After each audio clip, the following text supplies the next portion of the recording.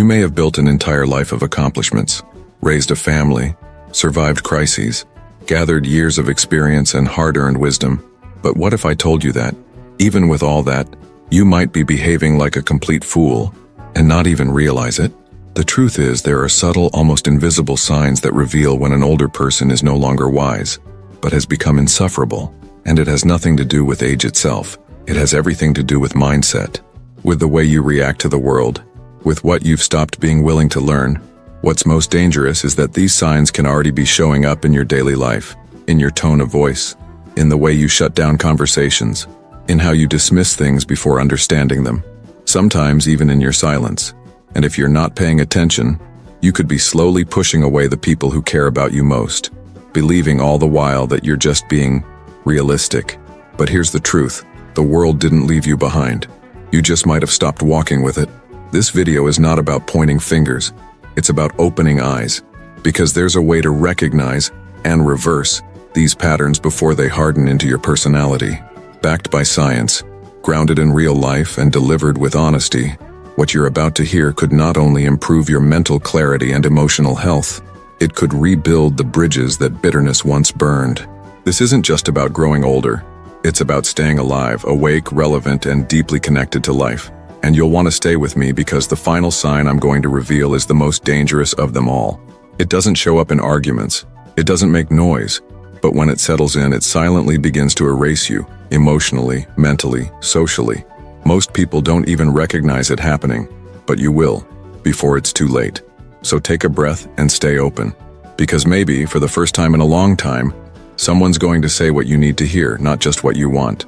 And if there's still a part of you that craves meaning, clarity, and connection, then this message is for you.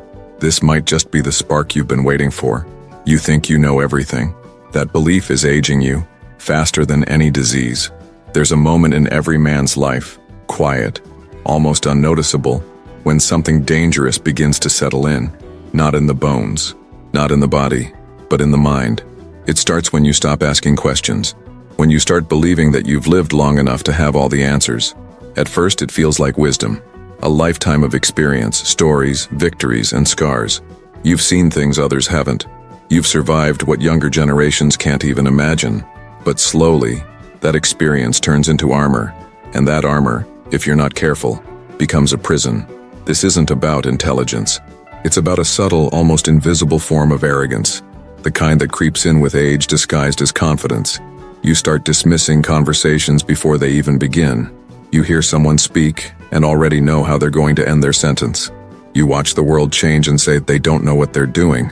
And little by little, you disconnect, not because the world left you behind, but because you stopped walking with it.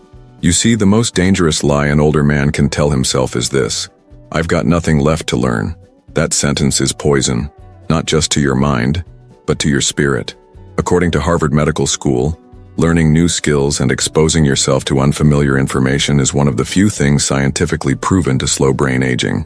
It boosts neuroplasticity, improves memory retention, and lowers the risk of cognitive diseases like Alzheimer's. But when you stop challenging your brain, when you convince yourself that you've already figured it all out, you're telling your mind to shut down. And make no mistake, it listens. The result? You start forgetting more, reacting slower, processing less. Not because of age, but because of inactivity. The mind, just like the body, atrophies when it's no longer exercised. That's not aging. That's decay. And it's avoidable. But let's go deeper. This isn't just about neurons and brain scans. This is about the man you become, or stop becoming. When you believe you already know everything, you stop being a student of life. And when you stop being a student, you lose the humility that makes you human. You stop listening to others. Stop respecting differences. You shut down the very conversations that could expand your perspective. And in doing so, you shrink your world, until it's just you and your opinions, echoing in a room that gets quieter by the year. I've seen it. Maybe you have too. That older man at family gatherings, sitting at the head of the table, correcting everyone, mocking new ideas, refusing to adapt. His children stop arguing with him. His grandkids stop including him in conversations. He thinks they're being disrespectful. But the truth is, they're tired. Tired of feeling unheard. Tired of feeling like their voices don't matter. tired of trying to connect with someone who already made up his mind before the conversation even began. And that's the tragedy, because deep down that man doesn't want to be alone. He doesn't want to push people away. He just doesn't realize that he has. Not with anger, not with violence, but with stubbornness, with that constant tone of, "I already know." That tone that shuts people down before they even open their mouths. Psychologists call this cognitive rigidity, the inability to adapt to new information or perspectives. It's not just a personality trait, it's a risk factor. Research from Stanford University shows that people who remain mentally flexible into old age are significantly less likely to suffer from depression, anxiety, and social withdrawal. They report higher satisfaction with life, deeper relationships, and more emotional resilience. In other words, they don't just live longer, they live better. So here's the real question. When was the last time you changed your mind? When was the last time you learned something from someone younger than you? When was the last time you said, "I don't know, but I'd like to understand"? That's not weakness. That's wisdom. Real wisdom isn't loud. It doesn't dominate conversations or win arguments. Real wisdom listens, learns, evolves. The wisest men I've ever met were the ones who spoke the least and asked the most thoughtful questions. Now maybe you're thinking, this doesn't apply to me, I'm not like that. And maybe you're right, but take a moment. Think back to the last conversation where you disagreed with someone. Did you really listen? Or were you just waiting for your turn to speak? This isn't about shame, it's about awakening. Because if this message feels uncomfortable, if it hits a nerve, that's a good sign. That means there's still a part of you that's open, a part that still wants to grow. And if that part is alive, even a little, then you haven't lost the most powerful thing a man can have in old age: curiosity. Don't let the world shrink around you. Don't become a relic of the past in a world that desperately needs the wisdom of the present. The world doesn't need more opinions. It needs more listening, more humility, more elders who are not just proud of what they know, but excited about what they don't. Because the moment you stop learning, you stop leading. Not just others, but yourself. And if you think believing you know everything is dangerous, wait until you see what happens when your words become weapons. When complaining becomes your default language, and negativity takes over your daily life, without you even noticing. Stay with me. What comes next might be even more uncomfortable. Complaining is not a personality. It's a warning sign you're losing yourself. It often starts with the little things. The food's too bland. The weather's never right. The news is always bad. Slowly, without realizing it, you begin narrating your life through a lens of irritation. And what you call just being honest starts sounding like bitterness to everyone around you. Complaining becomes your language, and not because you're angry, but because it's familiar, comfortable, automatic. And here's the harsh truth most won't tell you. When your main form of communication is complaining, you're not being wise. You're becoming intolerable. You might say, "I've earned the right to speak my mind." And yes, you have. But that doesn't mean your mind should always speak. Constant negativity doesn't make you sound experienced. It makes you sound tired, worn out. And eventually people stop listening. Not because they don't care, but because you've drowned out every conversation with noise. According to Psychology Today, chronic complaining activates the brain's stress circuits, particularly the amygdala, which controls fear and emotional responses. The more you complain, the more you reinforce those neural pathways, until your brain becomes hardwired to focus only on the negative. Over time, this doesn't just affect your mood, it rewires your entire personality. And here's what's worse: complaining is contagious. Neuroscientists have found that repeated exposure to negative speech affects the listener's brain the same way it affects the speaker's. Which means, every time you go on another rant about how kids today don't know anything, or how nothing works the way it used to, you're not just dragging yourself down, and you're pulling others with you. Your home becomes heavy, your presence becomes exhausting, your relationships, even the ones built on love, start to feel like emotional labor. And the saddest part? You probably think you're just being real, but all they hear is resistance, bitterness, emotional fatigue. There's a difference between honesty and hostility, between insight and irritation, and the older you get, the more powerful your words become, for better or for worse. You've lived through decades of change, but if all you do is fight the world for being different, you're not growing wiser, you're just growing colder.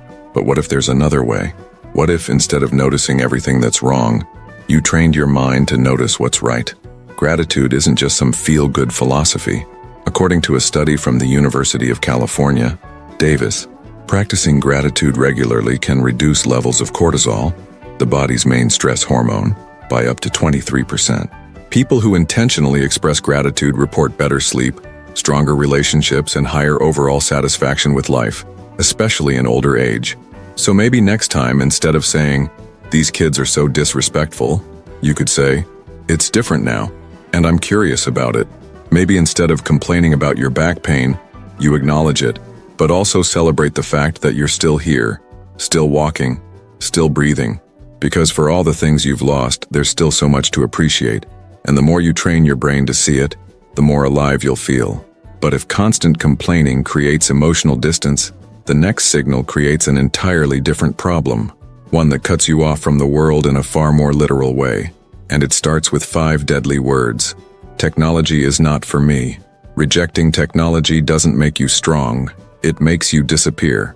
Let's be honest. There's a strange kind of pride that some older adults carry when they say, "I don't do technology." They wear it like a badge of honor, as if avoiding smartphones or refusing to learn new tools is a sign of discipline, tradition, even intelligence. But the truth is far more painful. That rejection isn't making you wise. It's making you invisible. Technology isn't a toy. It's the bridge to connection, relevance, and independence. And when you choose not to cross it, you isolate yourself. One missed call, one ignored app, one unopened email at a time. According to Pew Research Center, seniors who embrace basic technology, such as messaging apps, video calls, or health monitoring tools, report significantly lower levels of loneliness and higher levels of emotional well-being. And that's just the emotional side. Let's talk practicality. Simple tools like a smartphone can help you manage your medications, track your sleep, alert emergency services if you fall. These aren't luxuries, they're lifelines. Yet every day I hear things like, "I don't need that stuff. It's too complicated." Or worse, "That's for young people." Let me tell you something. That mindset is not harmless. It's self-sabotage. The digital world isn't waiting for you to catch up. It's moving on. And the longer you resist it, the smaller your world becomes. Until one day you look around and realize you've disappeared from conversations, from opportunities, from relevance. This isn't about becoming a tech expert. It's not about scrolling through social media for hours. It's about maintaining your independence, about staying informed, about being able to call your grandchild, schedule your doctor's appointment, or simply feel like you're part of the present moment, not trapped in the past. Oxford University published a study in 2022 showing that older adults who use technology to stay connected with family report up to 41% higher levels of life satisfaction. That's not a small difference. That's the difference between surviving and living. So no, rejecting technology doesn't make you wise. It doesn't make you noble. It makes you unreachable, unteachable, unseen. But here's the good news. It's never too late to learn. Every time you say "I can't," what you really mean is "I haven't tried yet." And if you can embrace just one new thing, one app, one tool, one connection, you'll be amazed at how quickly the world opens back up to you. Because life isn't slowing down, and the only way to stay in it is to stay connected to it. But don't get too comfortable yet. The next sign is even more subtle and far more dangerous. What happens when you stop dreaming altogether? When you stop making plans? When you convince yourself that your best days are behind you? That's the moment you stop existing and start fading. Bitterness isn't strength. It's a slow emotional suicide. You've seen enough pain in life to make anyone hard. People let you down. The world changed too fast. You lost things, people, opportunities, parts of yourself, and somewhere along the way, without noticing, you stopped bending.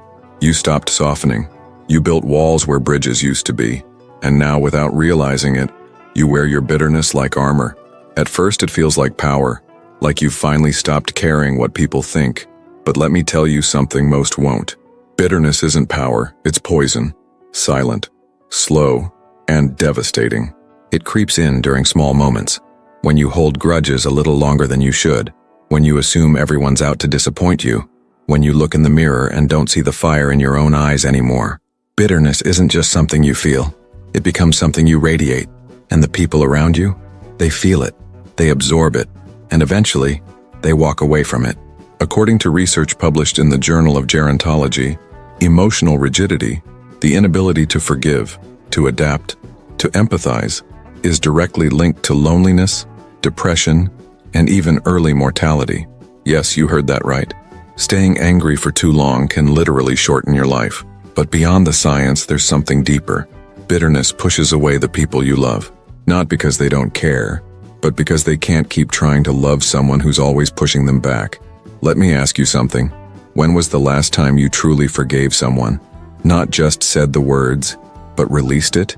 When was the last time you forgave yourself? Because that's where most of the pain hides, not in what others did to you, but in how hard you've been on yourself ever since. You punish yourself with silence, with shame, with blame. But real strength isn't about pretending you don't feel. It's about having the courage to feel everything, and still choosing love. Choosing softness doesn't make you weak. It makes you magnetic. It brings your grandchildren closer. It revives broken friendships. It opens the door to laughter again, the real kind, the kind that heals. But when you become cold, bitter, and emotionally closed off, you don't protect yourself. You bury yourself alive. And if you're honest with yourself, really honest, maybe you've been burying yourself slowly for years. But what if the damage goes even deeper? Because the final and most devastating sign of all is not anger or arrogance or bitterness. It's something much quieter and far more dangerous. The day you stop dreaming is the day you start dying. It's not always easy to notice when it happens. One morning you wake up and there's nothing pulling you forward. You go through the motions, eat, sleep, sit, repeat. But there's no plan, no curiosity, no spark. You've stopped dreaming, stopped imagining, stopped reaching. You tell yourself it's normal, that dreaming is for the young, that you've already done everything you needed to do. But that's the lie. That's the voice of surrender pretending to be wisdom. Because the truth is, you're still alive. And if you're alive, there's still something inside you that wants more. A 2019 study from Stanford Center on Longevity revealed something powerful. Older adults who continued to set goals and actively made plans, even small ones, had lower rates of cognitive decline, depression, and loneliness. It wasn't about the size of the goal. It was about the existence of it, a reason to wake up, a reason to move, a reason to feel again. Dreams don't have an expiration date. You can write a book at 80, learn to paint at 85, take a trip at 90. But before any of that can happen, you have to reclaim one simple truth. Your life isn't over yet. It's just waiting for you to step back into it. But most people don't even realize they've stopped dreaming. They say things like, "I'm just taking it day by day." But what they really mean is, "I don't believe in anything anymore." That's not rest. That's resignation. Ask yourself, when was the last time you looked forward to something? Not out of routine, but out of desire? It could be something as simple as starting a new hobby, reconnecting with someone from the past, building something with your hands, learning something new. You don't need grand ambitions. You just need a reason. Because a man without dreams is not a man. He's a memory. You want to feel alive again? Set a goal. Make a plan. Dare to imagine something better. And then take one step toward it. Just one. You'll be amazed at how quickly your mind wakes up, how your posture changes, how your spirit starts to rise because deep down you were never too old. You were just waiting for permission. And now, you've got it. So now you've seen the signs, not from a stranger's perspective, but maybe your own. You thought knowing everything made you wise. You thought complaining made you real. You thought rejecting change made you strong. You thought holding on to pain made you powerful. And worst of all, you thought dreaming was something you had to let go of. But the truth? None of those things make you strong. They make you fade. And the scariest part? You never even noticed it happening. But now that you do, what are you going to do about it? Now you've seen the signs. Not from a stranger's perspective, but maybe from your own reflection. You thought that knowing everything made you wise, that complaining made you honest, that rejecting change made you strong, that holding on to pain made you powerful, and perhaps the most dangerous lie of all, that dreaming is something you should have left behind. But none of these beliefs make you stronger. They slowly make you fade. And the scariest part? It happens so quietly, you don't even notice. Until one day the world feels distant. Conversations grow colder. Laughter becomes rarer. and you wonder how you ended up so far away from everything that once made you feel alive. But now, you do know. Now the silence has been broken, and the question that truly matters is, what are you going to do about it? You can choose to keep walking the same path, or you can choose to shift, to open your mind again, to reconnect, to listen more, to judge less, to replace bitterness with curiosity, to stop surviving, and start truly living again. You don't need to change overnight. Just start by noticing, by being honest with yourself, and above all, stay curious, because curiosity is not for the young, it's for the wise. If this video struck a chord, don't ignore it, rewatch it. Share it with someone who needs to hear it, and most importantly, reflect. Because maybe, just maybe, this wasn't just a video. Maybe this was the moment you woke up. You're not done yet, not even close. The world still needs your wisdom, but only if you're willing to keep growing.